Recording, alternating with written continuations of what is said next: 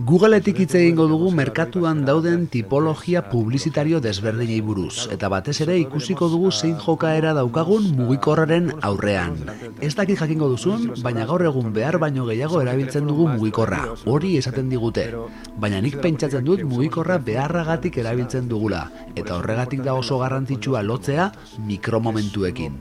Hori sortu berri den paradigma bat da, mugikorrari egun ematen diogun erabilerari esker. Oso garrantzitsua da azpimarratzea gaur egun mugikorra 150 aldiz egunean erabiltzen dugula, edozein gauza begiratzeko. Argazkiak, internet, argazkiak sare sozialetara igotzeko, posta begiratzeko. Beraz, importantea da une horiek atzematea eta aukera horiek aprobetxatzea enpresak hor egon daitezen.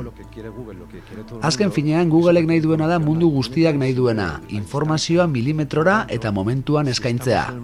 Beraz, une egokian baldin bagaude momentu egokian, egingo duguna da markak askoz eraginkorragoak izatea euren mezuetan. Orduan, behin hori esanda, irtenbide publizitario desberdinei buruz ere hitz egingo dugu. Izan ere, publizitatea ez dago YouTubeen bakarrik, publizitatea badago ere, Gmailen, Shoppingen, baita bilatzailean ere. Hitz egingo dugu gaur egungo webgune guztiek daukaten Googleeko publizitatari buruz, display publizitate izenez ezagutzen dena. Orduan egingo duguna da gaur egun sektorean dauden tendentzia berri horien guztien ibilbide bat. Eta batez ere hitz egingo dut Googleen daukagun publizitateari buruz, gaur egungo munduko handiena dena.